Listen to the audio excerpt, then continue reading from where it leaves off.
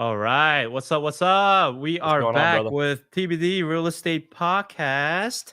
What's going on, Lucas? Not too much. Back home. Charleston was nice. It was cold. It's now Charleston 40. was nice and bad internet. Terrible internet. Terrible internet. And now it's freezing cold where I'm at now. It's not supposed to be 45 degrees in Georgia, but it Oh, is. wow. So. It's actually gotten unusually cold in Seattle as well. Like we're sub 30 right now. Oh, that's early for that. That's Oh, some yeah. BS. That's Oh, upsetting. yeah. But yeah, it's good to be home.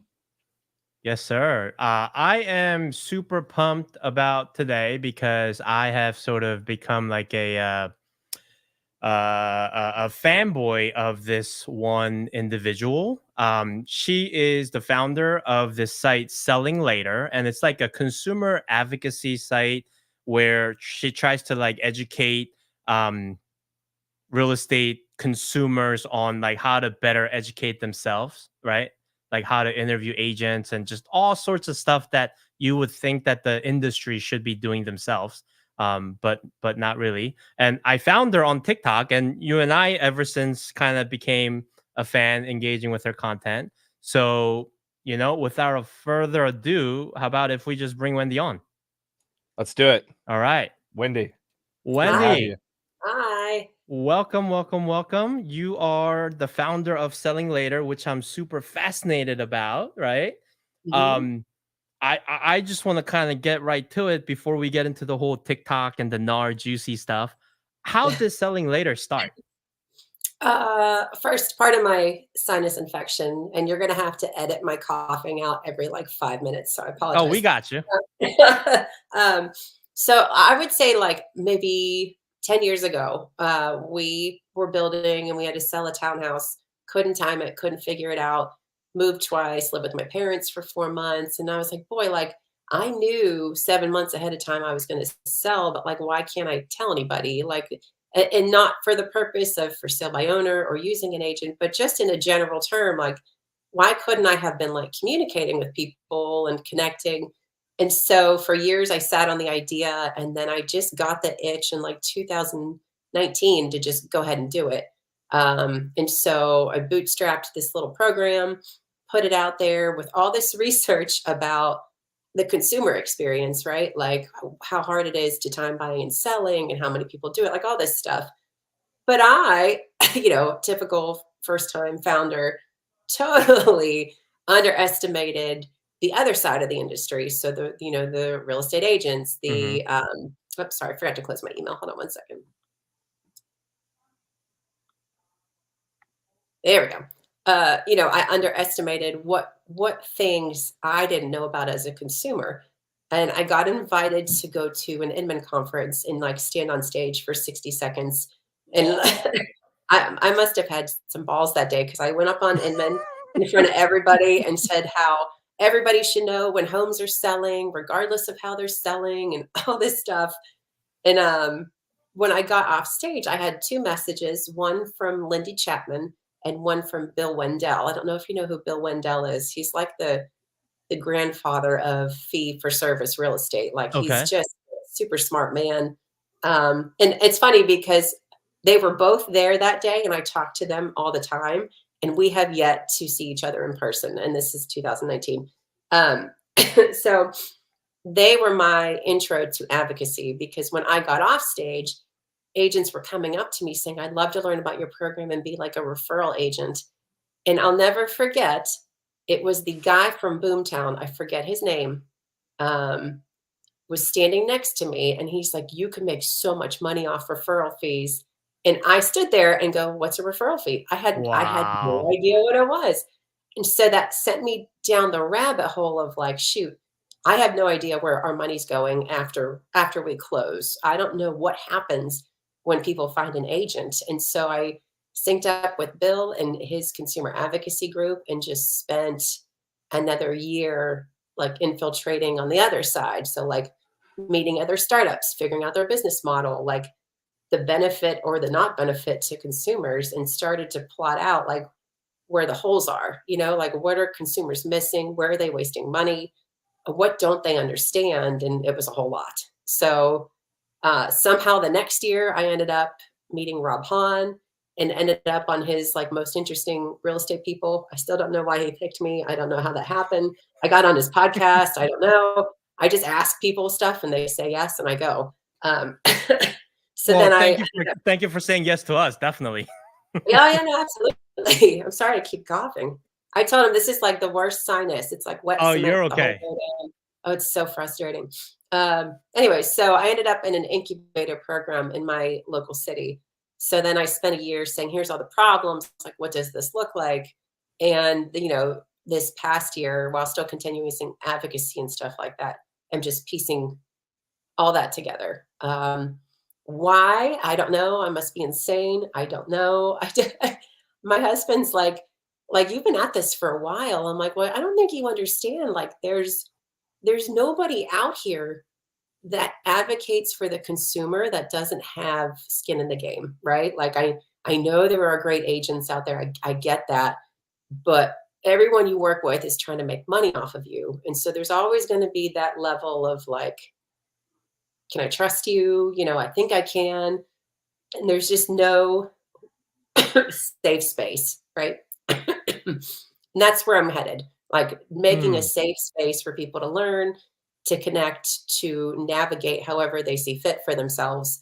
I don't know. That's a very long intro. I'm sorry. No, I am in love with it because it's very much in line with sort of like the vision that I had after getting into this industry, which is like consumer education. So I first started by I used to be very like judgmental. So I'd look at real like bad agents and I'd be like, why are you like that? Like I literally went kind of made a mission statement to myself of like, okay, I'm going to drive all these bad agents out of business, right? Mhm. But then I realized if the consumers are educated, by default, these bad agents wouldn't be chosen to work with.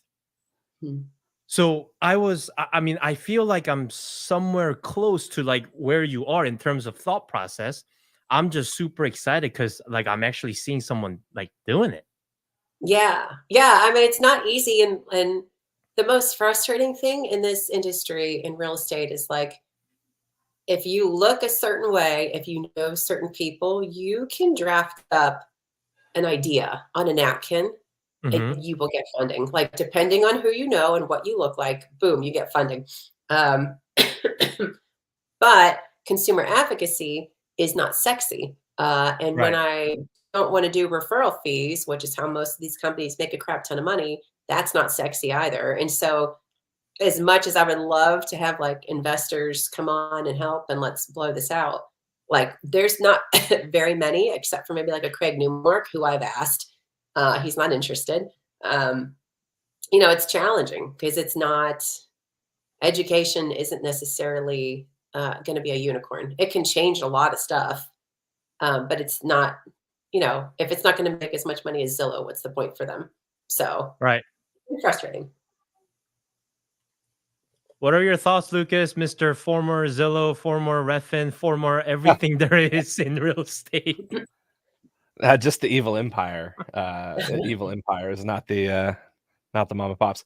No, I think it's interesting to hear you guys talking about advocacy because I mean that's how NAR started, was a consumer advocacy group. It didn't start as a realtor or an agent advocacy group, but that was a somewhat recent change. At least in their codified recently. It's definitely been that way the last, at least as long as I've been around the industry. So obviously there is money to be made. Like NAR makes a lot of money and spends a lot of money, but just not enough to cover to build its due in Kansas City, or even the Yeah, appeal. whatever that. Does anybody know when that total will be finalized? Is it going to be January now? Because Well, to so appeal, you're going to have to pay a bond. yeah, the bond will likely be on the lower amount, not the at least Not the 5 million. that's what not the 5 billion. That's what Rob seemed to intimate. Of course, as Rob Hahn would say, he's not a litigator, but yeah, I mean it'll be interesting. They're going to have to get some kind of relief, and they're going to have to pay a certain amount of money. and it's going to be basically enough to nearly cripple everybody involved, but not quite. I just don't know. I don't, we'll see what happens. I was telling somebody earlier today, I don't know why more people aren't saying that this is the end of realtor. There's just, to me, there's no shot it remains in its current form. I just don't see how that's possible.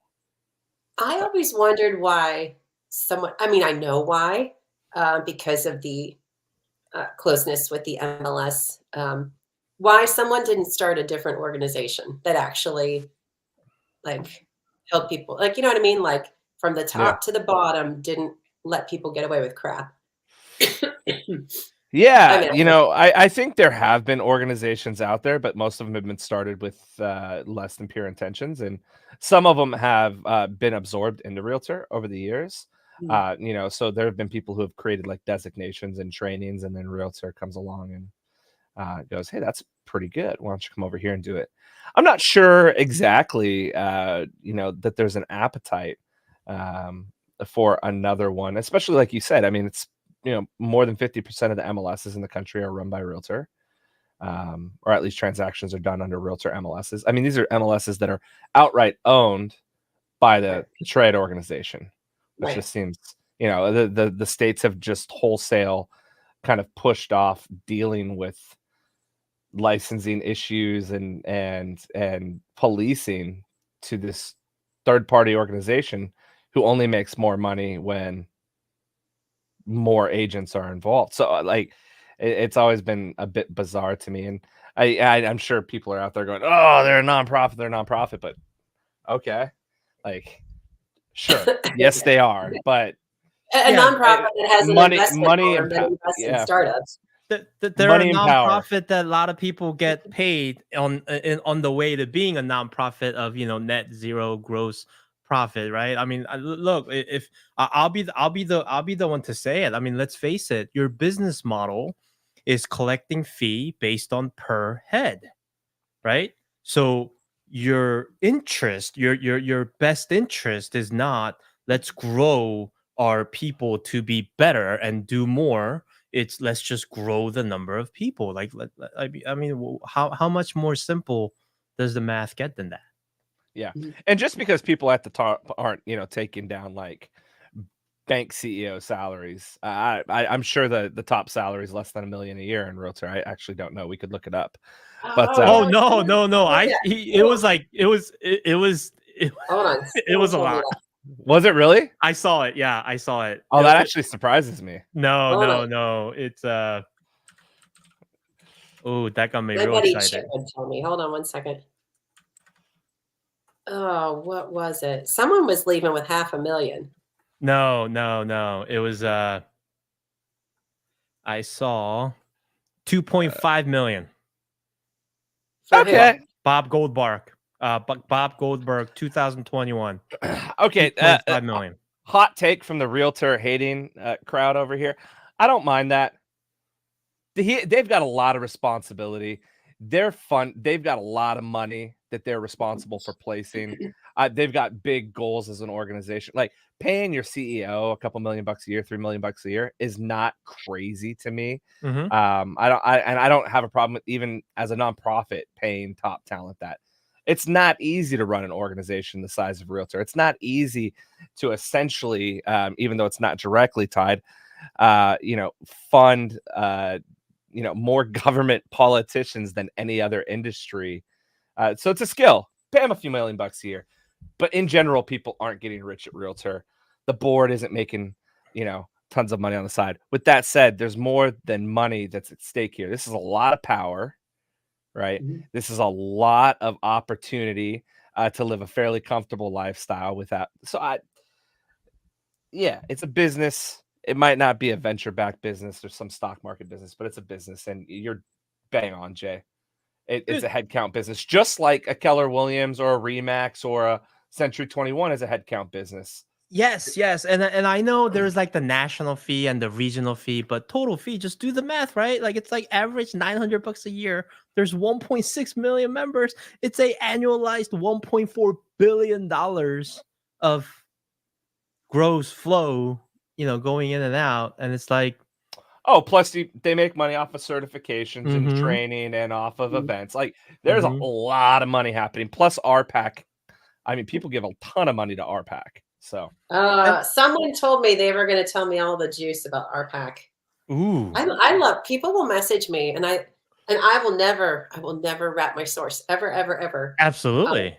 Like, God, do I love it? Like, I just love hearing what we're never told, right? And so RPAC is the next thing I'm going to be diving into, because I'd love to hear who's getting what, like what's the benefit, like what's the strategy, what happens, because we don't know. yeah. Well, and it's undirected, right, by the Democratic parties and by the candidates, but they're getting a ridiculous amount of money into their coffers on all sides of the aisle. So everybody feels pretty good about letting real estate commissions be untaxed, or like all these things. Which, by the way, I'm not against. Like Realtor does some good things for real estate agents that are necessary. In Washington, there's a big push about, I don't know, 8 years ago, Jay, where they wanted to tax realtor commissions. Yep. It's like, hold on, they're already taxed. These things get taxed as income or as business income. So fair enough, but I what were you gonna think say, I Jay? think the overall organization is just kind of getting a bad rep just because of like the overall certain things that have been going on. Like obviously there's pockets of things that have worked, but again, like my thing was always like, why is the bar so low? Why do we make it so easy for someone to actually just be like, oh, I can actually just do this on a whim, right? Like there's nothing wrong with like there's the some of the major groups that we're not going to mention by name. One of the main questions that you always see is like, oh, like how many deals have you done as a part-time agent? like and people say that like proud, oh yeah, oh I only like it's like, but it's like I don't know, you can't do this as a part-time gig. Right. Like you're messing with people's wealth, like people's legacy, people's biggest transaction. And we're sitting here going like, oh yeah, I'm an accountant at Microsoft, but then, I show some homes on the weekend and, I whip something together and boom, next thing you know, I get paid 15 grand. Like no wonder Right. we get bad name. Right. Right. Well, I mean, let's be fair. Like the bad name has been around, and I have to bring this up constantly on TikTok because everyone's like, "You're making us look bad," and I'm like, these people are making you look bad." And since like Yeah. 2015, it's been a well-known problem that like marginal, unethical agents cause a very bad reputation. Like that was their number one danger report. Like, watch out for this. And I don't know what they did with that except try to erase the danger report because the agents were mad that that was public. Um, but I think that the DOJ isn't maybe the biggest fan of NAR, and they've got a longer history than just like recently getting involved in understanding what goes on at NAR. And it's interesting because if you look at like the last time they went at NAR, it was 2008, right? And they agreed to like a 10-year, like we'll leave you alone for 10 years. So then we roll into 2019, and what comes out? Mueller, Sitzer, like, you know what I mean? It's almost like we're prepping for like when we can go at them again. And I think that's probably not going to stop. So I don't know. I mean, Well, I don't know well, why. If you go ahead. oh yeah. Sorry, I didn't mean to cut you off there.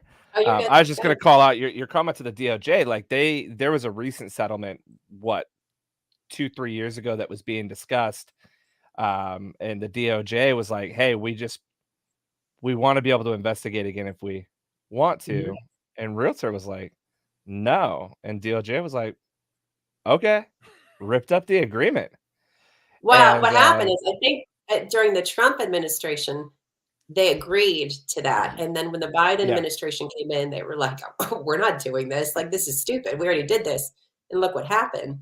yeah. And so I think you're right. And then they were like, "We're not doing it." And they're still fighting about that. I still don't think there's a resolution. And that was what, 2 years ago? There's not a clear one. Yeah, they're definitely dragging as much feet as humanly possible on it, and so we'll see what happens. But I found it interesting that it did go across two types of administrations, right?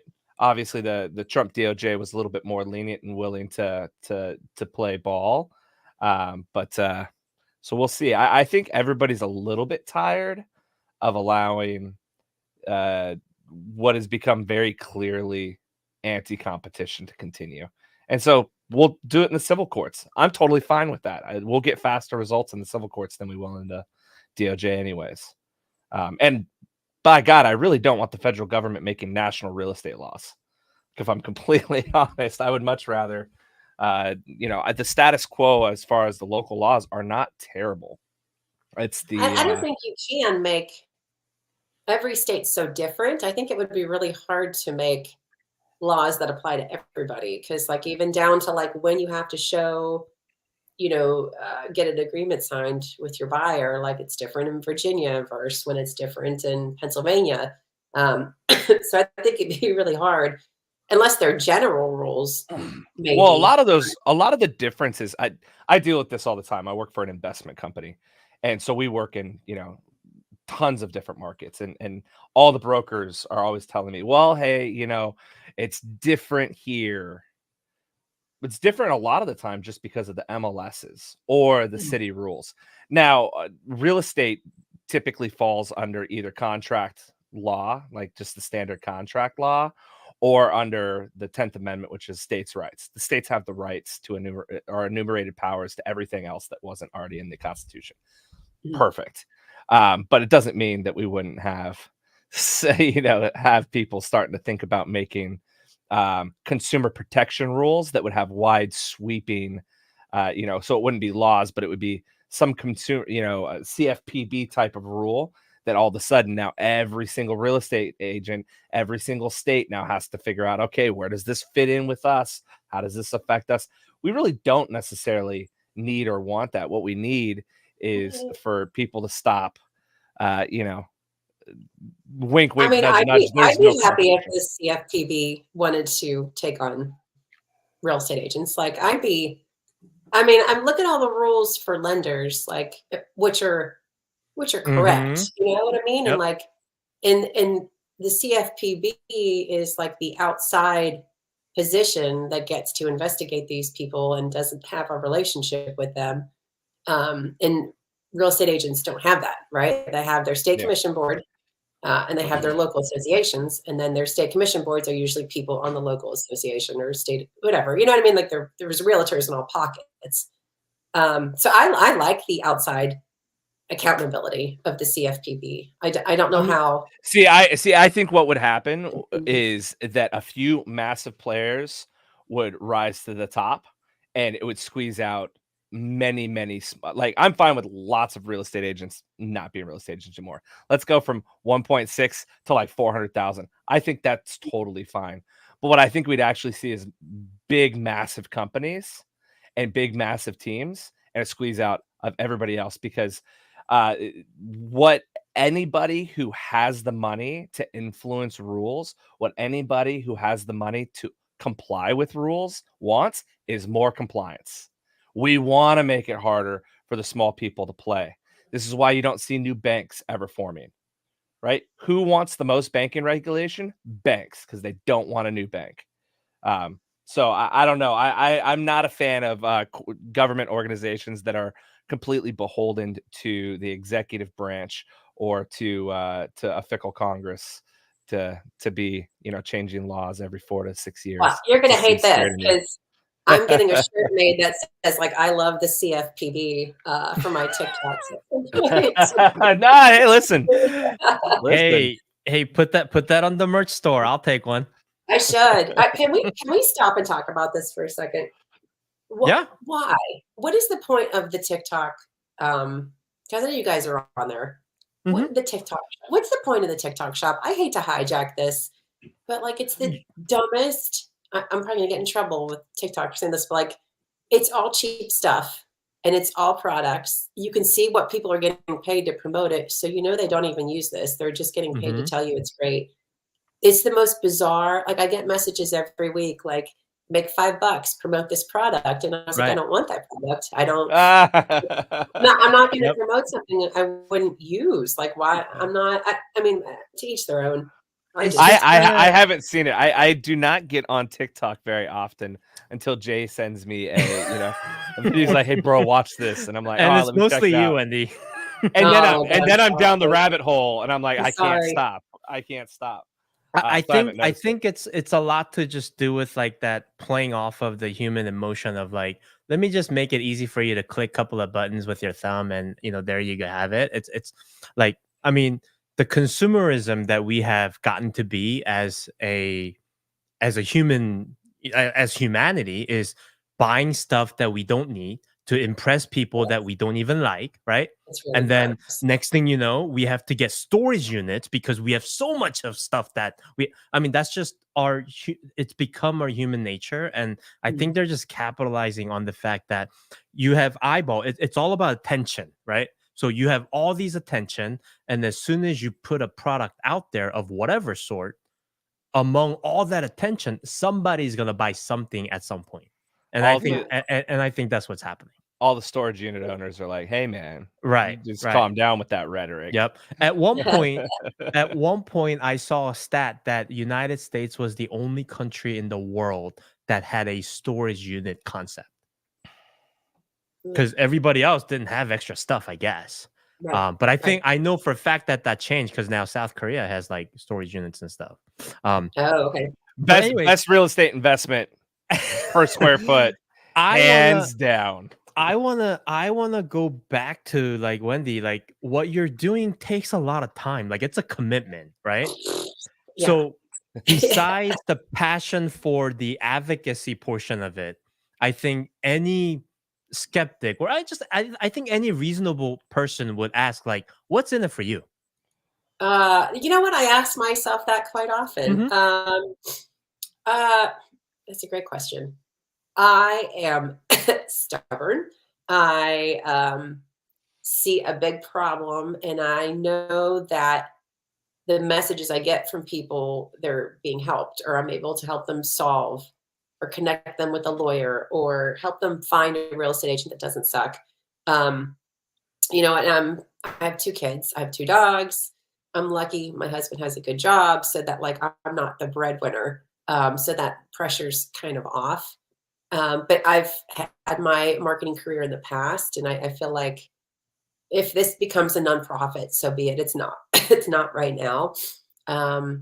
But it just seems like a big, gigantic problem that no one is solving. And I am delusional enough to think that it will be big enough that it will help enough people that we can help change the current scenario that we're in. So I don't know. I don't know what's in it for me. I have no idea. I'm just into it. I don't know. It's weird, right? I'm a fan. I want to help however way I can. Yeah, Let's just start making like courses for the consumer. I mean, I do have some. Yes, I've seen it. Yep. Yeah, and I, at some point, like there are people I trust, and so I'm like, it could be bigger. Where like you could have people writing in certain cities that I trust to say, here's what's going on in the market. Like, here's what you can be expecting. Like it's not just me. Right. It's got to be a community of people on all sides to kind of put this together. But depending on the day on TikTok and how people take my videos, I'm either well liked or well hated. And so it's like a hamster wheel of like figuring out who wants to actually have an honest conversation about this, who's mad at me, who thinks I'm nuts, what did someone tell me the other day? Someone told me that they should sue me to shut me up because I told him he can't say that his services as a buyer agent are free. It's a good time. It's a good time. Excited for that. What? I'm so excited for that line to die. My buyer side or services are free. Can we please? It's still, I don't understand. Like, you're not allowed to say that. There was a guy last week who's got like 300 some thousand followers. He was on a soap opera. Now he's a real estate agent who literally said, my services for you as a buyer are absolutely free. And I was like, come on, dude. Like, you can't say that. And it's still And up. why It's would still up. you want to say Why that? would you want That's to what I say don't that? I understand. don't Why Right. would you want know. to say that? And I'm like, and for whatever real estate agent might be watching this, I need to tell you that the stupid stuff you say online is being screenshotted and lawyers are watching. So please stop saying stupid shit because everybody is watching you. I don't know Right. how else to make that more clear. Like That if you that think it, go ahead. that leads me to want to talk about this. Let's talk about Rex, those calls. Because when Oh now God. I knew of Rex because of Lucas, right? But when I Yeah, saw that post you made of those calls, I was like, why would you ever say that? Right? recorded. Recorded. No, Right, and right, I right. knew I told Lucas this, I think. So I knew people at Rex. I knew Mike Vinci. I knew Michael Toth. Michael Toth for a while was kind of like my legal, I don't want to say advisor, like my gut check, like, hey, here's what I'm thinking. Like, is this going to get me in trouble? Can I say this? Um, and for a couple of times, like homes that weren't quite ready to go on your website, they put it on mine when it was originally just about like homes selling later. And so I knew those calls were out there. And Yeah. the three that I posted have been publicly accessible since like 2021, I think 2020. Like they're not new; they've been around. And the only reason I posted them is because I kept getting tired of agents telling me that people don't steer. It's not a Mm. problem. I take whatever commission is offered. Um, so it didn't go well for some people, and I feel like it enraged the anti-agent trolls, which I didn't mean to do, but apparently this is where my TikTok feed is now. Is it's like 60% trolls, 30% agents, and like 10% of people who just want to know what's happening. Yeah. Um, That's yeah, how but you they're know pretty you're a bad. social media influencer. She knows the stats. That's such a weird term. I don't like that. It's weird.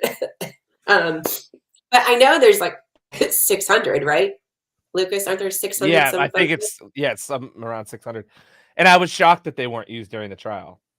They Like, weren't allowed to be for Sitzer, but they are in the Moeller case, which is supposed to start um, early next year if it oh, gets that so far. I thought that they weren't disallowed. They were just never reintroduced because Rob wrote something. I say Rob like I'm first name basis with him. Rob Hahn wrote something about how he was surprised because they do just seem so damning. It's just Right, like, oh, it doesn't happen because it seems like it does. Like receipts right right, here. right. And, Yeah. and the MLSs um, have clearly been burying their head. It's not like the MLSs couldn't have tested this over the years, like, and figured out, like, are 1% listings being sent less often? We could have absolutely figured out a way to test that, and they've just buried their like heads. secret shoppers and yeah, no, I remember reading something from Inman before Sitzer started, and it said what evidence is allowed and what evidence is not allowed. And the calls for Rex were not allowed. So whether they Uh, submitted them and they said no, or they tried to and they never got that far. But it is 100% in the Mueller case because I asked the lawyer at Mueller, I said, listen, again, I know people on both sides. I don't, I work by myself, but I do want to hear both sides and I do talk to people to understand because people on TikTok ask me a lawyer question and I don't know the answer. But I asked him, I was like, is sharing this stuff like work bad for your case? And he's like, no, they're already public. There's probably 600 some extra that maybe not everybody has heard. I don't know how bad they are, but those are eventually going to come into fruition. So I'm sure you've heard most of them. I met Brendan. Is it Brendan? I met him on TikTok. He's going to kill me because I don't remember his name now. He hopped on one of the TikTok posts about working at okay. Rex and was talking about how he fielded like a lot of these calls and how they are Oh, 100%. interesting. Yeah, like he's like, we got a bunch of people, we had their license suspended. We reported them to the state commission board because people Yeah. were saying they were fake. And he's like, I can tell you, I answered the phone and they are not fake. They are real. Yeah.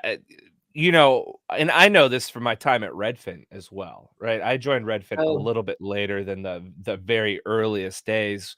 When Redfin started, they were just like, "Oh, you want to see the house? Call the listing agent. Let us know when you want us to write you an offer." So I wasn't there during that time, but I was there after that time. And we still had agents that would not allow our associate agents to book an appointment. And so, now the managing brokers have to step in and go, "Hey, listen, if you do that, we're going to report you. right, Like, right. you can't do that. Like, it's not allowed under the MLS rules. Like, and you're not doing the right thing for your client. So what are we doing here?" And so Right. I know for a fact that like like agents do this stuff, right? Well, I didn't know that Redfin had an agent shame wall or wall of shame. And they did it to report the agents that wouldn't cooperate with them. And it had the reverse effect, and agents were like applying to be on the shame wall out of spite Yeah, for their business model. Like, yeah, I come mean, on. people hated Redfin so much back in the day. Now it just seems like Redfin's just par for the course. Nobody, like, really bats an eye. Well, because Um, I don't think they offer anything really different. Like their rebates are gone, which I have a theory on why. Um, I'll share it if you want. If not, I don't want anyone to get sued. no, Oh, share Um, we're away. all about I'm more than theory. happy to okay. share what I know as Bring it well. on. I don't have an Okay. NDA that's enforceable. So they got in big trouble with the National Fair Housing Alliance a couple years ago, to which they pointed out lower income neighborhoods weren't being offered rebates. They weren't being offered Redfin agents. They were being pushed to partner agents. And they had this big settlement because at that time I was pitching something to the Fair Housing Alliance. So I kind of got the scoop. Mm, And I don't know what the settlement was, but suddenly like rebates were disappearing in certain sections, mm. uh, and they were claiming that nobody wanted them. And I'm thinking like in the least affordable cities possible, I am sure that some buyer would be happy to get $2,000 back in their pocket Mhm. towards closing. So my firm belief, and I like Redfin overall as a company value, but I don't think they could offer their incentives to everybody, and it got them in trouble with fair housing, and so they just got rid of them instead of offering them to everybody. That's my That two could be cents. part no, that could be part of it. I can give you, like, insight. Back when I started, the buyer rebate was over 1% a lot of the time. There was never a direct percentage. It was always based on a number of factors, including how much it cost us to service an individual Mm, area. Um, but what they found out, and this is back before listings were a big part of Redfin. Back in the day, Redfin didn't do listings. They were a buy side. Like, they didn't mm. now listings are, like, their main focus as they become more and more like a Regular technology market, empowered massive team. Yeah. We see this, with real estate technology companies. They become more and more and more like a like normal real everybody estate else. Yeah. brokerage. Yeah, yeah, yeah. And that's not to hate, that's not to hate Right. on them, but it's clearly happening with Redfin Max. And what they found when they started doing more and more listings is that sellers are very price sensitive. Mm, So 1% listings for them, 1% plus 2.5 or 3, very powerful. On the buy side, not as much. And the only place where it really did benefit were the poorer neighborhoods, but the problem or the maybe the lower end of the economic ladder is a better way to say it, not poor mm. neighborhoods. But it's just as expensive to service $150,000 listing as or buyer as it is to service $350,000 buyer. And so why you see people getting shunted to partners is partners were always supposed to be this expansionary and contraction Yeah. device. Right. Busy and we don't have enough agents, great, we can still make money off it and give it to partners, right? Oh, not as busy. Let's fill up our real estate agents, our salaried agents, and we can do this back and forth. And there's a cutoff. There's a point in Seattle where, or near Seattle, where like the cutoff on the listing side to get shunted to a partner agent was like 500K. Like partner agents were getting $500,000 houses, Mhm. right? That's not going to happen in Carmel, Indiana, Right. right? That's what did not happen in Chicago, which is one of the places Yeah, they did their yeah. research from, and they said even people at Redfin, according to the Fair Housing Alliance, were asking like, why why is this going to a partner agent? Like, I could do this one. And they looked at like, Interesting. the value of it. Right. So I don't know, because then Redfin pulled their rebates, and then guess who also pulled their rewards was realtor.com not too far after that, which was also based on the minimum value. That's my belief, because they won't offer it to Yeah, I mean, everybody. it's super. It definitely could be. Which, by the way, I don't like. Maybe this is the dirty capitalist in me, but I don't necessarily know that that's. It doesn't seem quite fair. If I'm a business owner, not if I'm Redfin, but if I am Lucas and I'm doing real estate, I've got a minimum amount that I have to make each house worthwhile. And so if I offer $1,000 back on any home, but only above $250,000, I could see how people would feel like, oh, you just don't want to work at the lower end of the economic ladder, or you don't want to work in these neighborhoods. But at the same time, I'm like, I only have so much time. I am trading time for money. And so I don't want to give you an extra $1,000 because I got to meet my minimums. I could understand like from that side not wanting to do it. But like you said, it didn't seem like they were doing that maybe in Chicago. So not saying that Right. Well, that's I not what mean, happened. and even if that's the capitalist side of it, the truth is you're giving advantages to people who are more likely to be able to afford it than people that aren't, who probably really need that point back. And then what happened was it ended up being specific neighborhoods that weren't getting rebates versus other neighborhoods, and it became this big, huge thing. So, I mean, if you Yeah, can't offer where it it and looks sell more it to like everybody, redlining than yeah. right? Yeah, Like, yeah. if you can sell a sweater and give 5% off to everybody, like, okay. And houses and sweaters are not the same, but like, Yeah.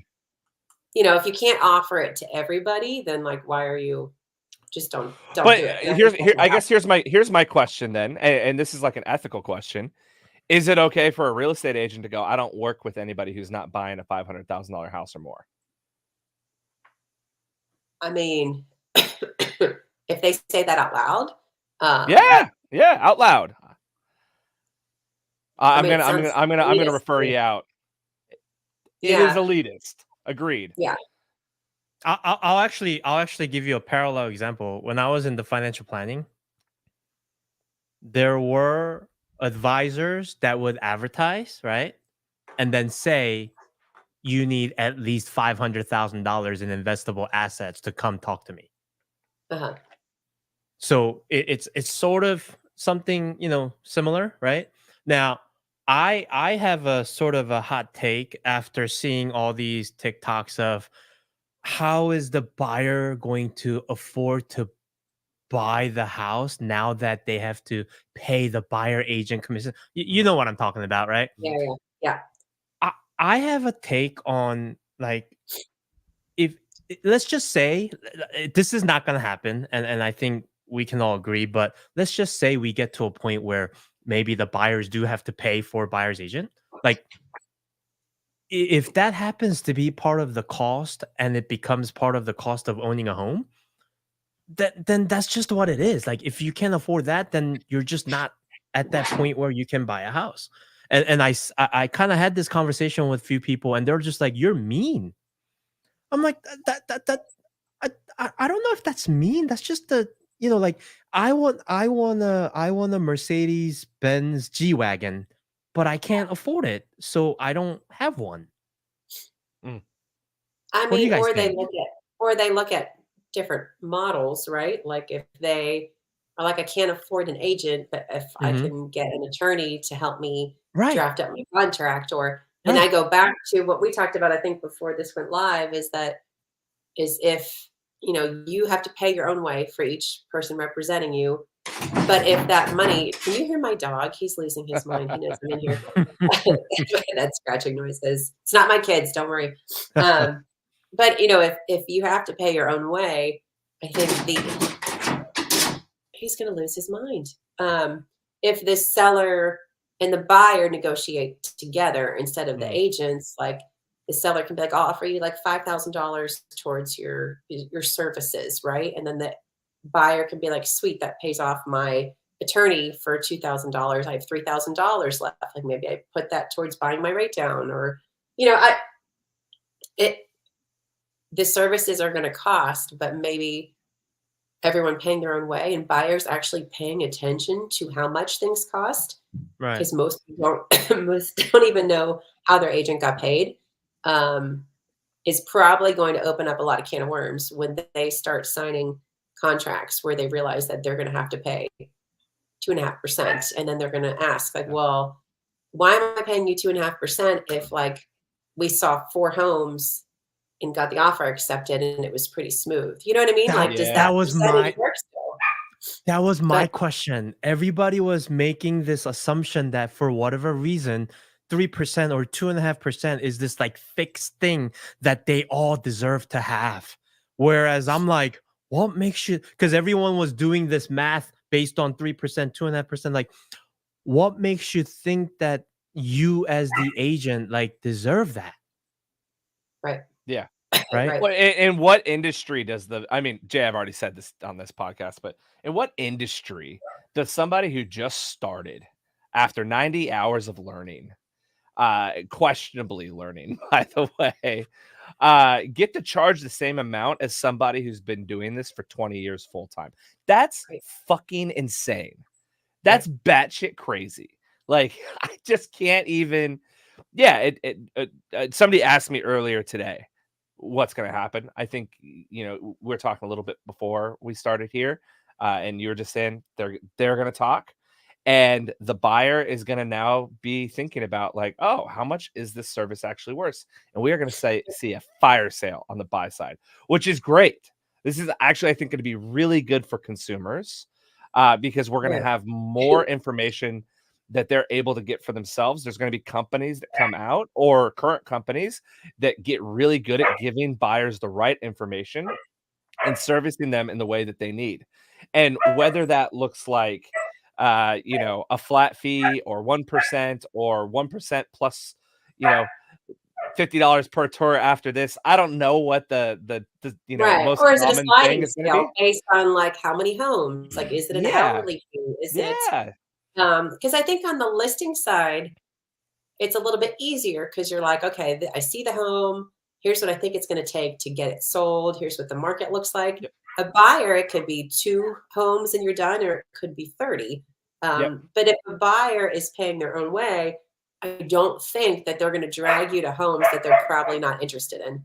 That's what I said. I said they're probably sitting there thinking, well, like you're working for free, right? That's what you said. So we're gonna ask you to go see Yeah. this and go see this, go see. Oh well, we're not paying anything, right? That's what you said. Yeah, it doesn't If matter. Yeah. that mindset changes, then the Mhm. buyers would have the attitude of, oh, like maybe we need to take this seriously. Like, are we going to see a home that we legitimately think that like it's gonna be on our list, right? Versus, oh, let's just go see it. Yeah. Yep. Let's just kill a Saturday and go Right. look at homes for Right. fun. Right. Yeah, let's Right. just go look at 9 homes. Yay. Right. Now, Yeah. here's a hot take, right? Lucas, did you have something?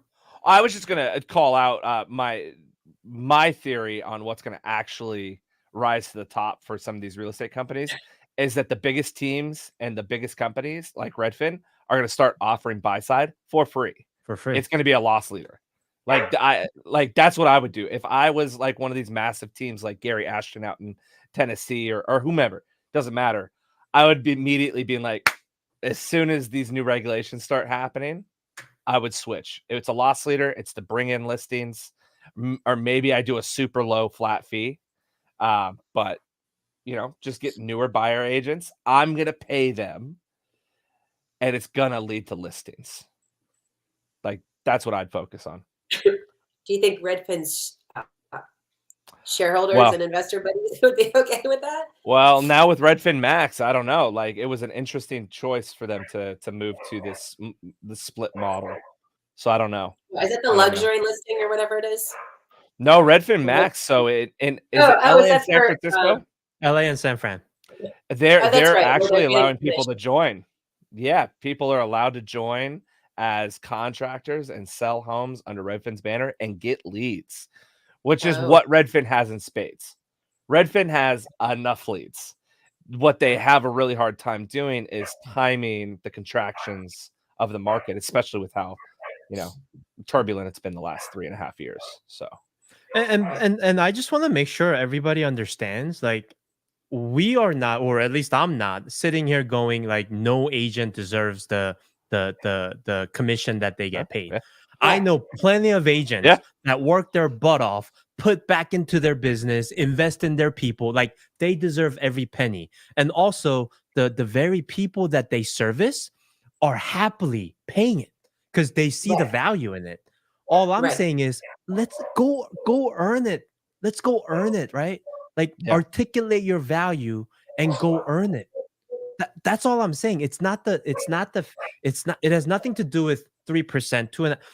I've seen some people that charge 6.5, 7%, and people What? are paying it. Oh yeah. Oh yeah. It's actually fairly common in the Midwest too. Yes. Like, and that's because they're able to articulate their value, right? Again, if the consumers are educated and everything is Right. transparent and they make the decision, nothing's wrong with that, right? It's a fair market system. I think most of the people who are charging more than 6% are only able to do it because of the location that they're in, i.e.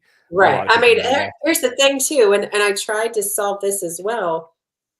It's really easy for someone to tell you that, the average in our city is around 6%, because how the hell do I know that as a consumer? How do I find that out?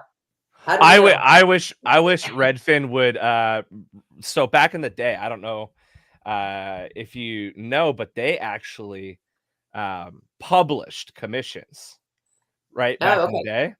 And then they stopped doing that. I kind of wish that they would because I know they have some of this information in some of their markets, show both sides. Right. Jay and I both worked as agents at a Remax, and we did a lot of deals at that Remax. And I know for a fact, like everybody in Seattle's like, oh, the average around here is like 5.5 to 6. No, the It was like average, Yeah. it was like a flat 5. Yeah. Yeah. And so these bigger brokerages do know, and they're letting their agents go out there and tell falsehoods, like, Right. which just drives me crazy. Yeah, like if you've got a brokerage that does $1 billion a year in sales, with statistical significance, how much is actually being charged. You have enough data to You be have able to enough pull data to that. be able to go, Right. actually, this market's around here. Like, Right. this is standard. And I think it's probably under 5 for most markets now. Now, here's the caveat to this. I think that there are some buyer's agent, especially in pocket listing areas, right? These buyer agents, I know pocket listings are the worst. But listen, there are lots of buyer's agents out there who know the agents who have all those pocket listings, and they can go find the house for you. They are doing the work. Pay them 3%. Pay them 15 grand on a $500,000 house. Whatever. Cool. Sounds good. There are agents out there who know the other agents in the neighborhood.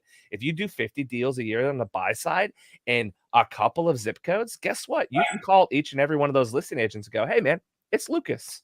I've got a great client. Let me tell you why they're awesome. Now, let's talk about what we can do for you. Obviously, price. What else? That agent who knows how to get the deal done and knows the people and grease the wheels. I'm going to let my dog in. Yeah, let your dog out. What kind of dog do you have? Come on, just come in. Come on. Come on, just come in. Just wait. There you go. Oh, they're so bad. All right, now you got to give us the introduction. Yeah. Oh, I don't even know Sorry. if you can. This is our bionic dog. He is going to eat paper, so you probably don't want to watch that. What are you eating? Paper. This is why I didn't want you in here, dude. Oh, just eat it. I love it. I They don't love it. feel it. Yes, we have 2 dogs. One is 13, and his brain's kind of, but his body's good. And then this one is 1.5 and has already had a hip replacement. Oh, so wow. Yeah. It's a nice little surprise. Put an end to us going on vacation last year, but Oh no. we're doing good now. So we're getting there. So anyways, I'm sorry. Go ahead. Oh He's no, eating you're good. paper, we're good for a while. I think the call out is there are absolutely agents out there who are well worth it. In fact, when I think about the luxury, I've always thought of luxury as a really interesting like microcosm of real estate.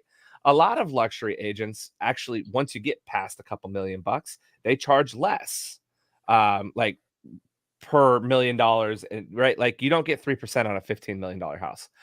But what's really interesting is some of the best agents actually get paid more. They'll get paid a 2.5 or 3%, Mhm. and they'll get all the marketing paid for at closing, and they'll get bonuses based on how close to their listing price they hit.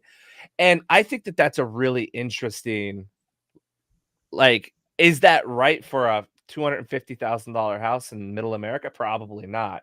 But there is something interesting to be able to go, oh, there's different ways to structure these prices, and there are different values that people bring to, you know, to the game. I just don't think that, Joe Mustache down the street necessarily. I shouldn't have actually said his name. There is a Joe Mustache. He's on my list. Joe, if you're watching this, you know what you did to me and my client 15 years ago. I have one of those I'm sitting on. So when I mention people's names, sometimes I get a cease and desist rather quickly. Oh, And wow. there is, yeah. I mean, I started a whole shame wall and I had to delete a couple of them. Are you done? Are you done? Good Lord. But there is one in Georgia who, when I saw that there's a new lawsuit in Georgia out, I was like, Saw that. hoping her name was on it, and she was not. But she's currently in a lawsuit with a seller that didn't use her for good reasons. And I'm waiting till that lawsuit's over so I can talk about it because she's disgusting. Lucas anyways, is I only know one big time female agent in Georgia. It's not her, is it? I don't think so. it's not Glenda. Oh, Are you okay. thinking about Glenda? No, it's Okay. not Glenda. All No, right. no, no, Yeah. no, it's not Glenda. No, but this one advertises all over a religious station. Oh, interesting. Mm. And You know Oh, what, and she's suing. Well, yeah, so here's what how happened. how very So Christian of you. this poor seller was going through a divorce, had to sell her home because she was moving out of state because they were separating. She called this person because of how well known they are. It wasn't Glenda Baker. Said, we'll just get that off the table right now. But then when they came to meet with her, she was with someone else. And she's like, okay, maybe like he's shadowing her. And so they went through the paperwork and she just kind of like signed stuff and then left. And then the next day realized like this new agent is her contact. Like he's now sending her stuff like, here's what we'll be doing, just so you know. And she's like, wait, this isn't what I signed up for. So like within a couple days, she emailed this broker and said, hey, I don't think this is going to be a fit. Like we haven't started to do anything yet. Like I'd like to terminate this agreement. And she said no. And then ghosted her. So this seller sent a certified letter to said broker and said, listen, I don't want to work with you. I don't feel comfortable. Please terminate our contract. And the broker never got back to her for 6 weeks. Wow. So she assumed like the termination letter worked, found someone else to sell her home. And here comes this broker now 6 weeks later, who after avoiding her all this time is now suing her for 6% of the home sale. And she can get away with it because the Georgia state realtor listing agreement that she used gives you no option to come out of this contract unless the broker allows you to do it. Can I help you? Even with all the proof of I try to get out of it. Yeah. Yep. Oh, is she? Please tell me she's countersuing them for failing in their fiduciary duties and causing her harm. No, she, oddly enough, the attorney she originally was going to use. What is he doing? What are you? Hey, buddy. Hey, dude. Did we just become best friends? I think so. Some days I don't know if he's all there or not. I'll move over so he can stare at you. Maybe then he won't bark at me. Oddly enough, I looked at the attorney who's doing the big antitrust lawsuit. All right, you're getting kicked out, buddy. Hold on a second. Let's go. Yeah. Dude, by the way, shout out to Glenda Baker because all I said was I know one female agent that's big in Georgia, and Wendy's like Glenda, right? Wow, I mean, she's all over TikTok. I don't know how you couldn't. She makes it very clear where she's from. So anyway, so the attorney that did the antitrust lawsuit in Georgia, the lead one, is one of the first people the seller reached out to who was going to take her case, but he got busy, obviously. And I was like, oh, man, he should have done her a solid and just included her on the antitrust case, but he did not. So I forget how we got on this subject. people we don't like. I forget. I have a whole list. We have a list. I've got a Like, list Now- of people that, I'm not going to go out of my way, but if they were on fire, I'd have a hard time finding a glass of water for them. yeah, just I've got some a of them, I'm like, how did you get so popular? And how do you have so many clients when you're like not a good person? How did you See, get that far? see, that's the thing. Like as a marketer, I always question like, could you be a bad person and be really good at like advertising or marketing that you still do business? And unfortunately, the answer is yes. Yes. I mean, Yep. And it's like people don't find out until later, right? But Yep. initially, they do get sucked in because of marketing, They're and good and that's marketing. why I try to do my best in terms of like who I'm representing or helping. I'm proud to represent them, not just because they're paying for me to do it, right? Yeah. But at the but on a different token, I feel like I know the solution to solving all of this problem, and that's exactly what you're doing, Wendy, is public education, right? Right. You can have every bad people out there, but if the public is educated on what to look for, what to ask, who to talk to, then none of this would happen because everybody would be able to make that decision, right? Like Right. no salesperson is going to be able to like bring me the new iPhone and pretend like it's worth $3,000 because I know what iPhones are worth. Like I know Mhm. what they're supposed to do, right? Right. So why is there not more effort on anybody on more education for the public? Well, there is a ton of education, but a lot of it leads back to a benefit of the company that's paying for that website, right? And there's a ton of bigger companies now who are making like other companies, right? So Boomtown has My Agent Finder, and under Boomtown, they also have Home and Money. So Home and Money is like this educational platform. We can help you. But what it's really doing is paying lenders It's a to, lead funnel. it's a funnel. yeah, it's a lead Yeah. funnel. It's going directly to a referral platform. So you don't even Mhm. really pick the agent. Like it's just, Right. and the same thing, there's a Rocket Homes offshoot. I don't remember what it's called. You would never know it's Rocket Homes until you go all the way down to the bottom. And it says that Rocket Mortgage is our number one provider based on blah, blah, blah, and Well, whatever duh. great rating they got. And then you go down one more and it says, like, I forget what the name of the company is owned by Rocket, whatever. I forget what their corporate umbrella is called. Mm, So if you Yeah. didn't scroll all the way down, you'd have no idea that they're just a right. funnel mostly for Rocket. Yeah. And that's hard What because I think that's their new strategy for a lot of them is like make these helpful companies that like are offshoots, but they're really just funneling everything back to the bigger Mark- companies. marketing websites. Now, Right. I have a question here because this is something that I've thought about quite a few times before. In some ways, this industry is as messed up as it is. Beautifully messed up. There are beautiful things about it, but it's kind of like it's a little bad. It's not great. Part of that is how fractured it is. Part of it is the incentive for brokerages to bring in as many people in who do 6 deals a year as possible. We don't want them going over to the cap, just Right. hitting it. Like that's it. Bring your friend. There could be a massive benefit for 10 or 15 large companies across America rising up, creating a well-oiled machine. It is going to standardize pricing probably a little bit more, but at least you're getting a consistent service that you can expect. And if the companies are kind of held hostage by, hey, if we screw too many people over, there are other very public consumer choices for them. The problem in real estate is right now it's so hard to find somebody good. Do I trust Dave Ramsey's guys? Yeah. No. No, I could say that. I'm not getting a cease and desist. You're not allowed to say that, Wendy. No, You no. know? I just want to point out that the man who is so hard on savings and money and financial yada yada yada collects like 35% of the commission your agent makes, gives none of it back to you, and puts it all in his pocket. When you probably and builds a massive real estate portfolio.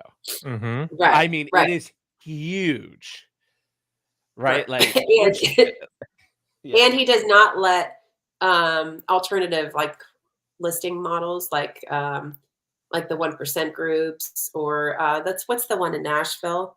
Right, I can't because think his of what cut his is name gonna is. be his cut is gonna be Yeah, less.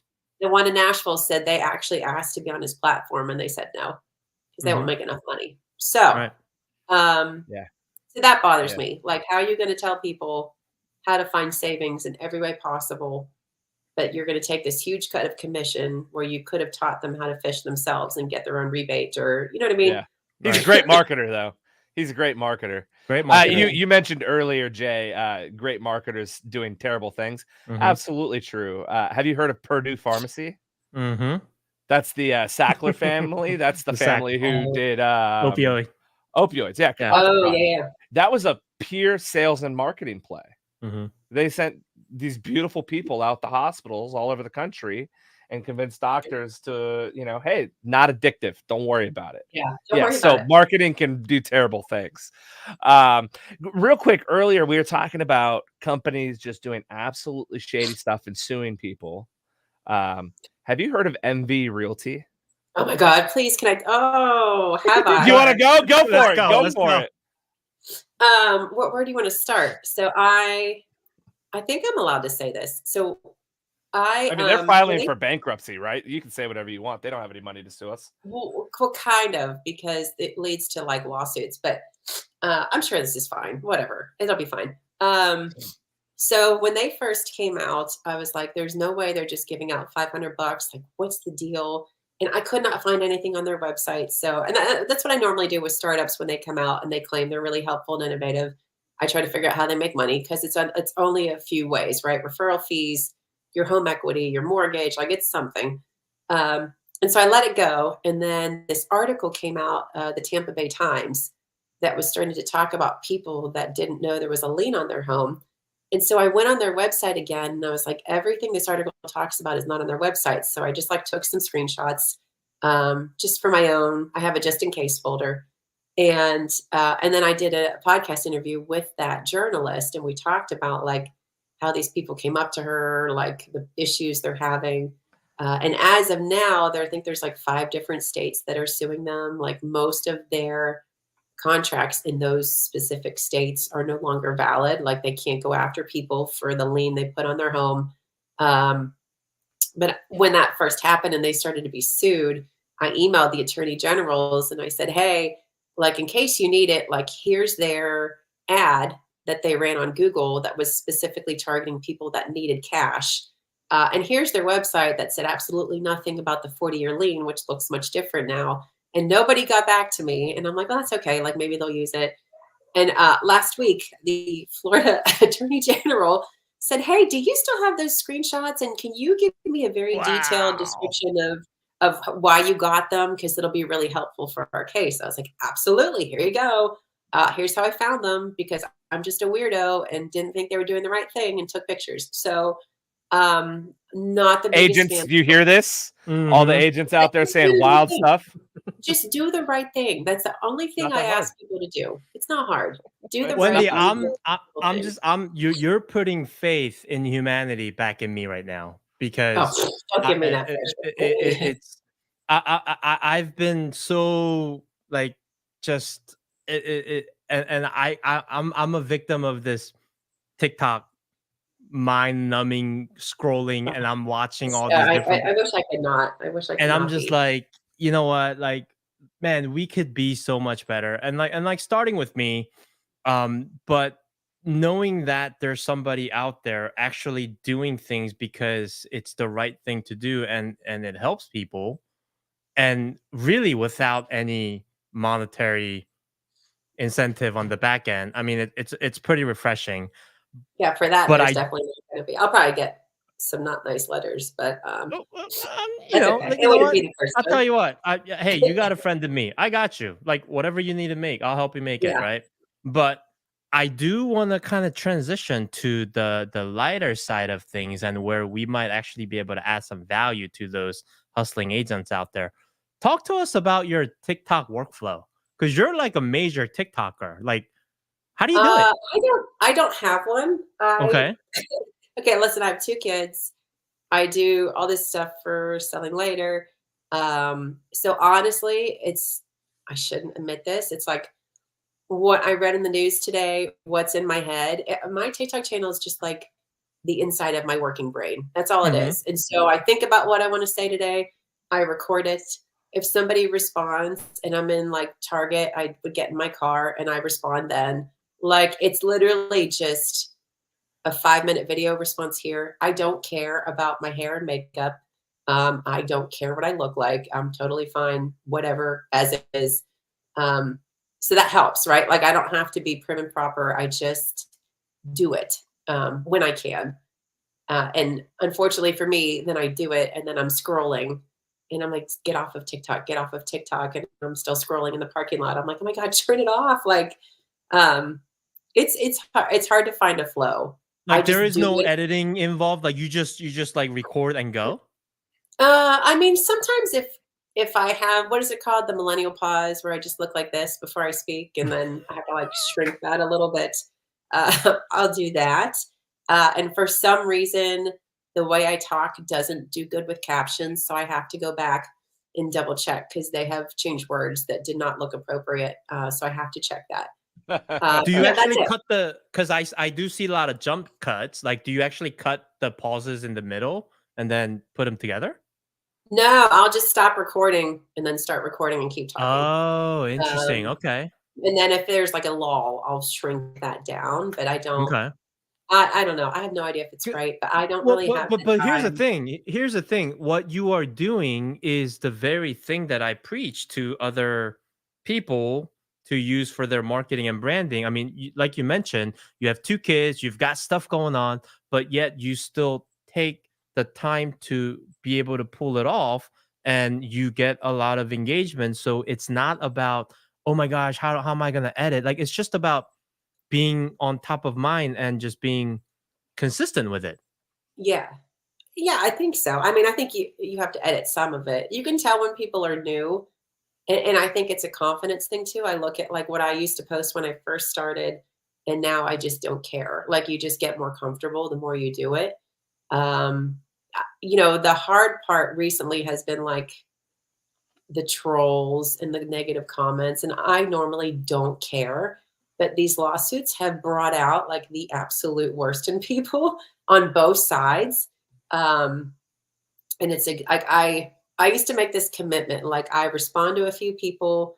I do not go back and forth on videos responses. I don't fight with strangers because it's stupid. You don't know them. People are allowed to have other opinions than what I think is correct, and that's totally fine. But these lawsuits, unfortunately, have brought out the not great side of like everybody. Um, so that's been hard. Like sticking to your rules of only respond twice. Don't fight with people in the comments. It's not worth it. You're never going to convince somebody that you're right, Mhm. especially if they keep writing back to you. Um, And by the except way by the way, for, like, I've spoken with, sort of like the upper tier agents in the area. They don't really care.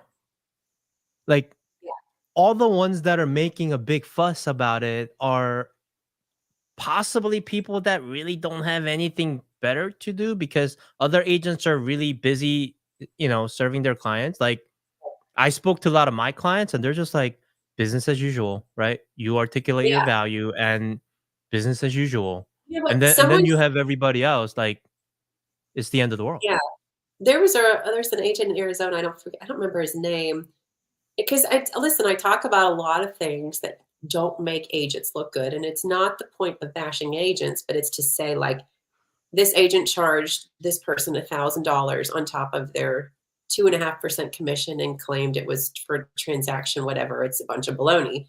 Um, then the consumer knows, like, hey, if I'm getting all these fees on top of commission, like, I have a right to be like, yeah, I'm not paying that. Like, like stand up for yourself and ask what these things are. Mhm. Um, and at first he's like, you're just making us look bad. He's like, but now I understand, like, I don't do this stuff. So I don't take your videos personally because I know I don't do this stuff. So Right. I'm not worried about someone asking me why are you charging me $500 extra? Or, you know, he's like, I By the just way, don't do it.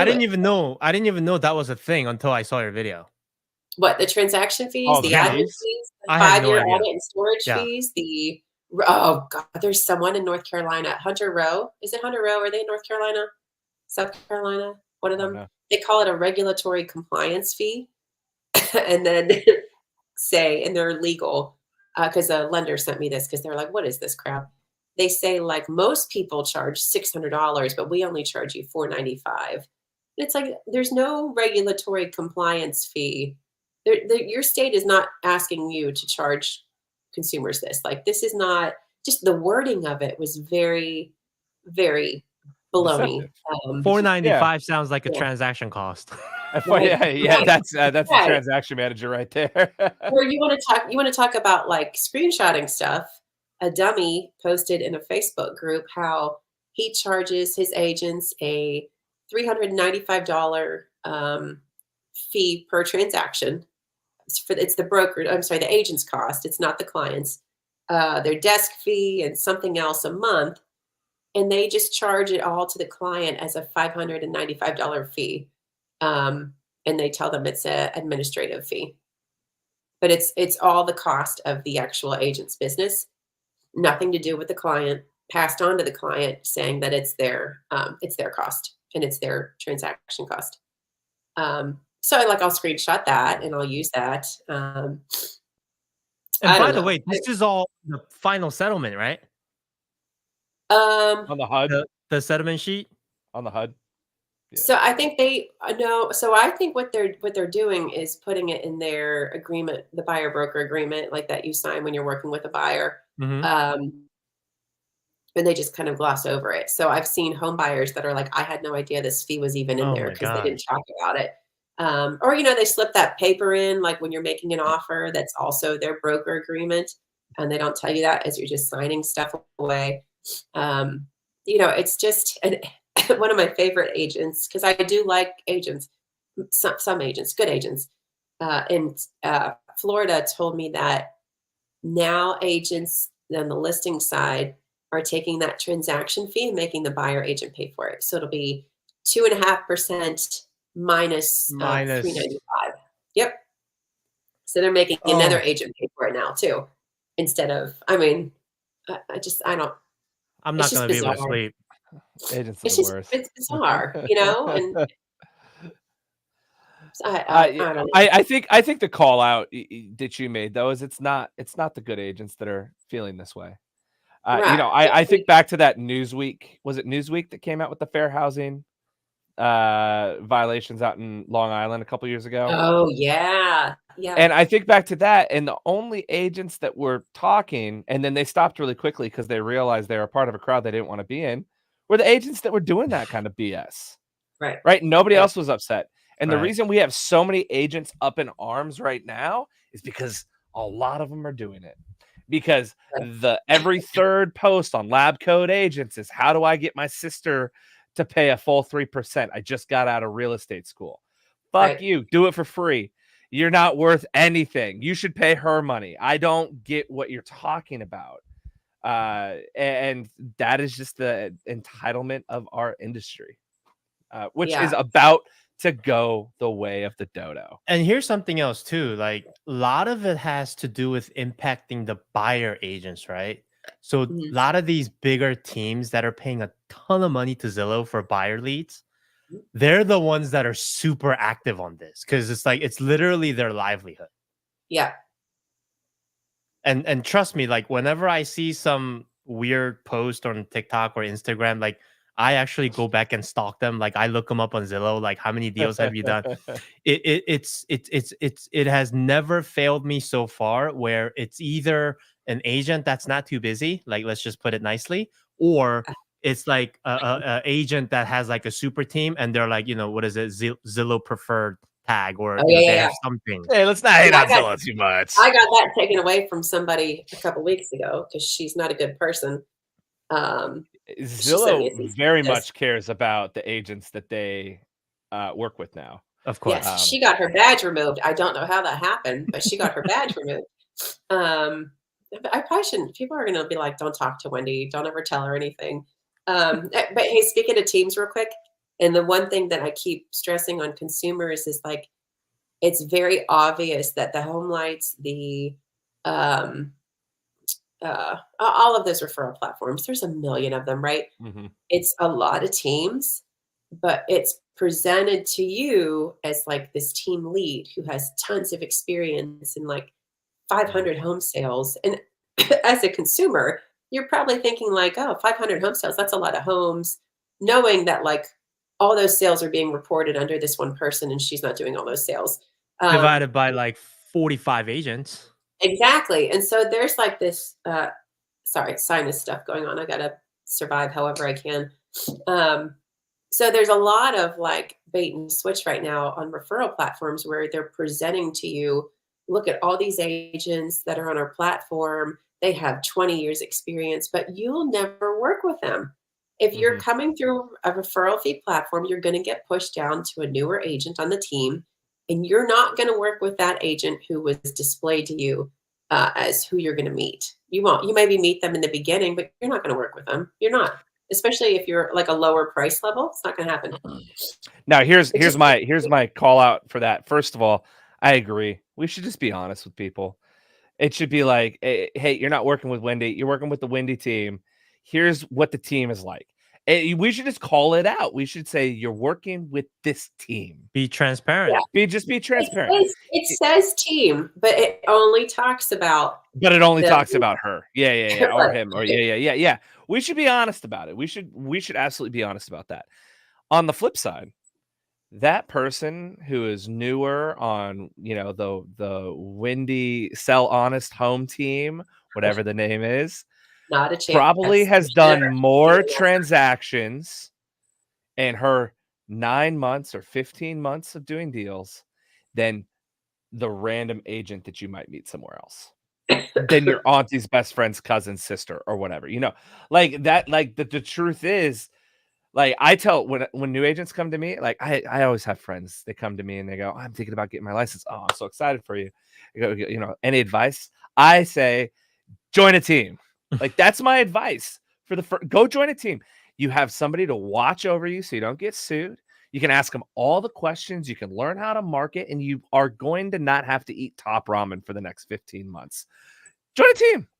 Yes, it's less money, but you're not making $100,000 this year anyways. I don't know what to tell you. I hate to break it to you. That would make you the top, like, one of 250 people who start this year. You're amazing, but I don't think you're that amazing. When they join a team, which my friends never do, they never listen to me. And then they give up their license 2 years later. When people join teams, they get this experience very, very quickly. They get to see a system that is structured in a way that allows for volume, but also taking care of people. Now, this isn't always true. There are some terrible real estate teams out there. NV Realty, shout outs. Like they're still around. So they're still open. So it is interesting. I wish we were more transparent. I also wish that agents had way more supervision than they have. In Washington, you have like enhanced supervision for the first 2 years, but all that means is that after you get a contract signed as a buyer's agent, you've got to send it over to your broker after you've already committed your client to buy this house And explained everything to them. and explained it to them. And here's like my personal experience with agents is this: there are some amazing humans. Most agents really just want to help people. There are definitely bad apples that make it terrible, but 95% of agents, good or bad ethically, are still terrible at real estate. I can't tell you how many people I've known for 15 or who have done real estate for 15, 20 years. I still have to explain how you count days to them based on the contract that they're looking at. No. The day starts tomorrow. Today's the first day, but it's day 0. Tomorrow. Yeah, you don't count that weekend day. Talk to your broker.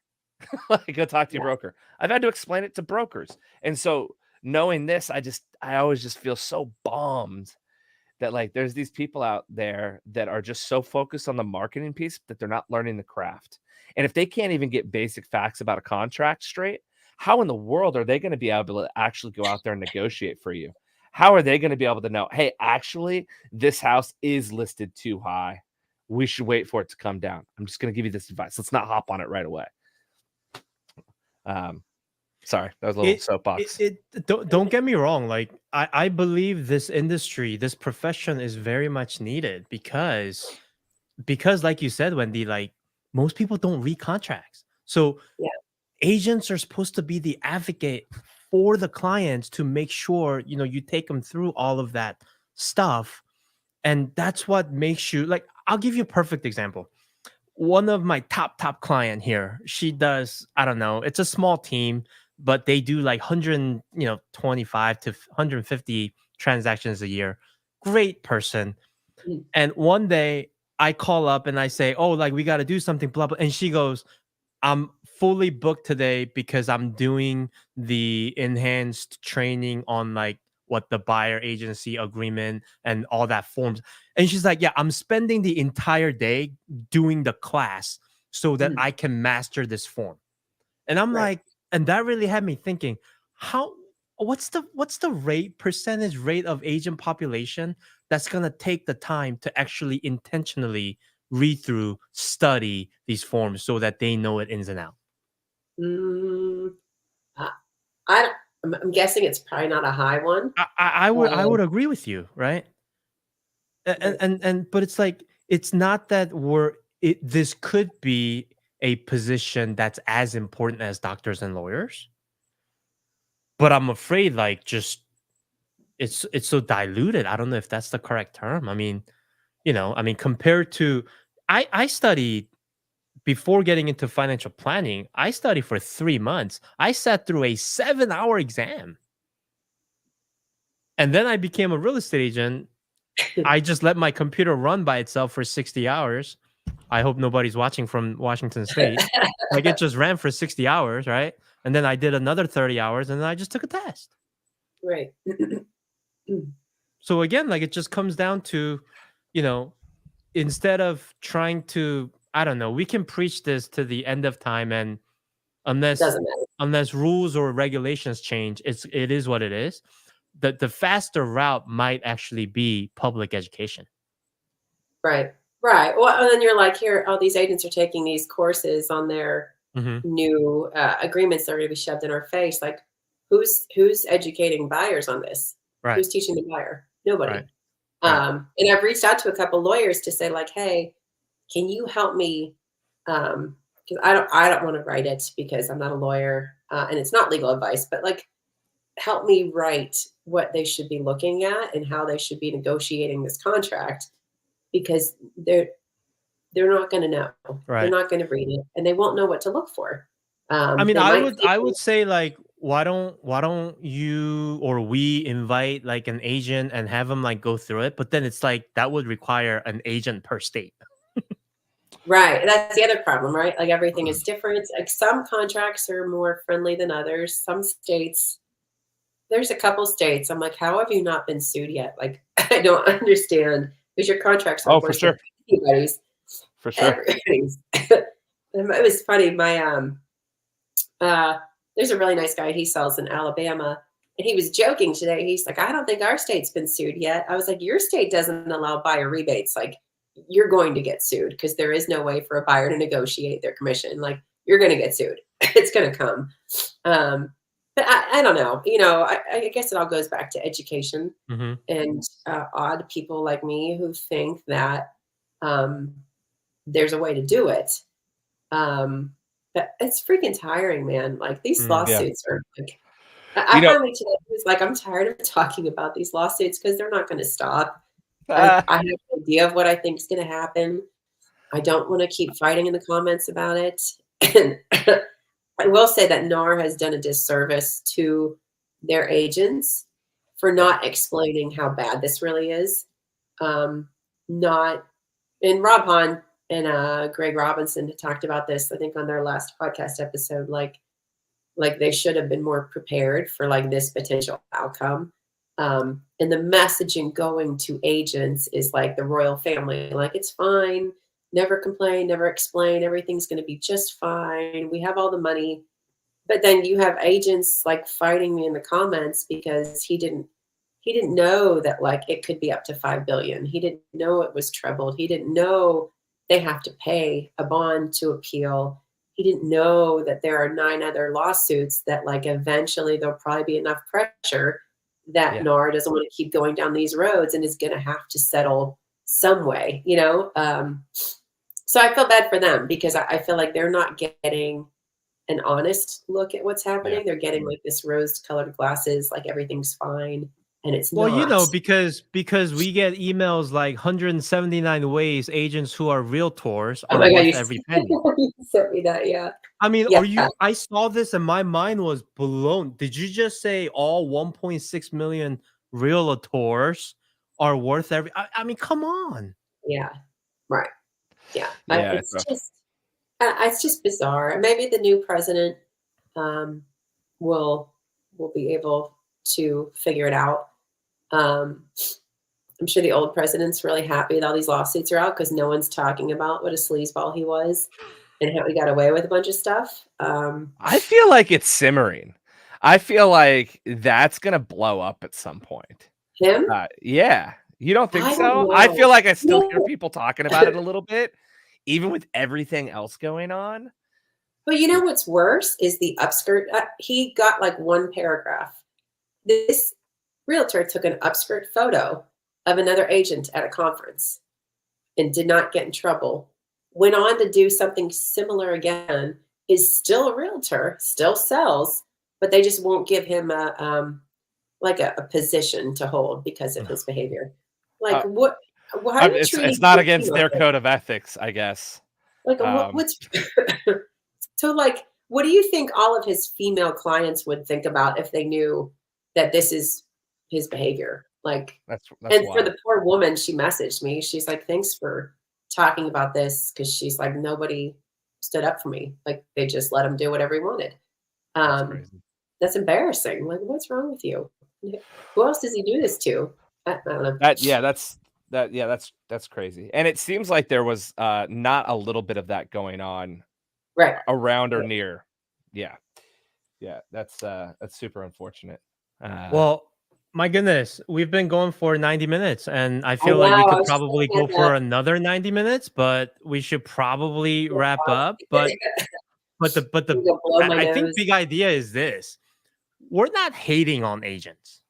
We're not saying anything about like the importance of the job or the industry. I think let's just do the right thing, right?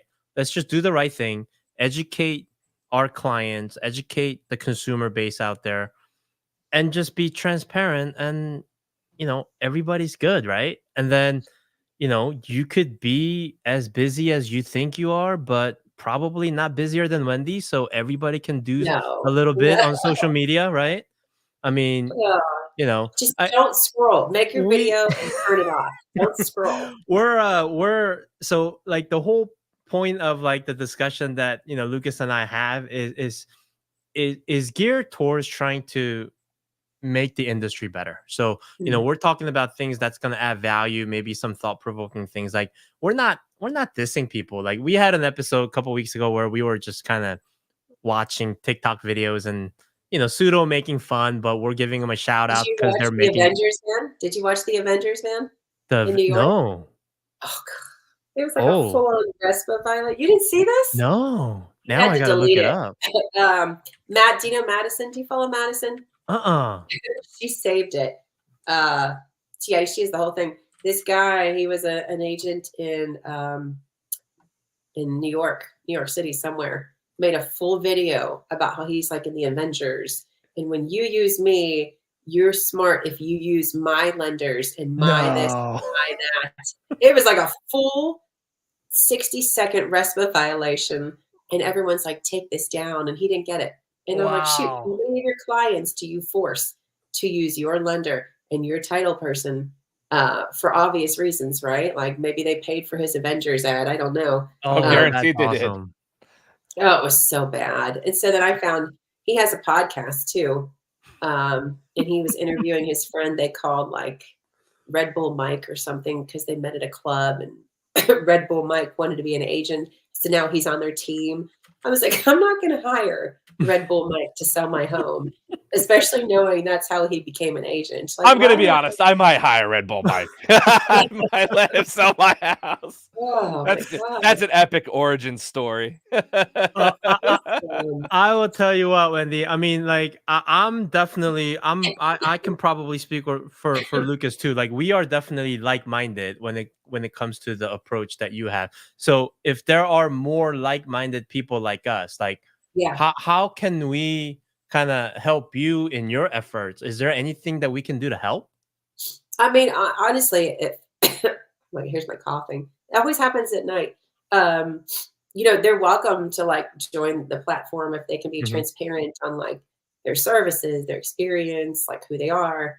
Or follow me on TikTok. You're not going to like everything I say, but like you can message me. Like there are people that absolutely rail on me in the comments, but on messaging, we have like they're all these super nice. Yeah, like there's one right now. She's constantly railing on me, and she's like, "Hey, sorry, I keep picking on you. I just need to get more views." And I'm like, "Okay, it's fine. I just need to get more views." Is I love it? Okay. Oh my god, that's your strategy. She called me low hanging fruit, which is fine.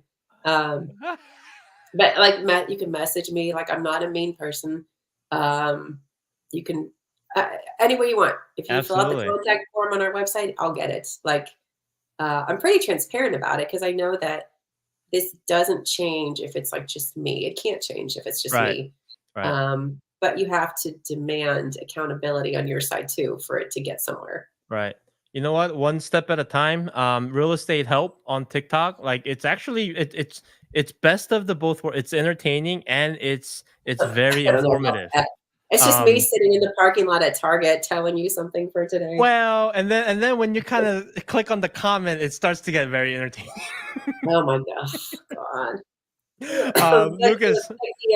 The guy that told me it's none of my business, or it's none of his buyer's business what he gets paid.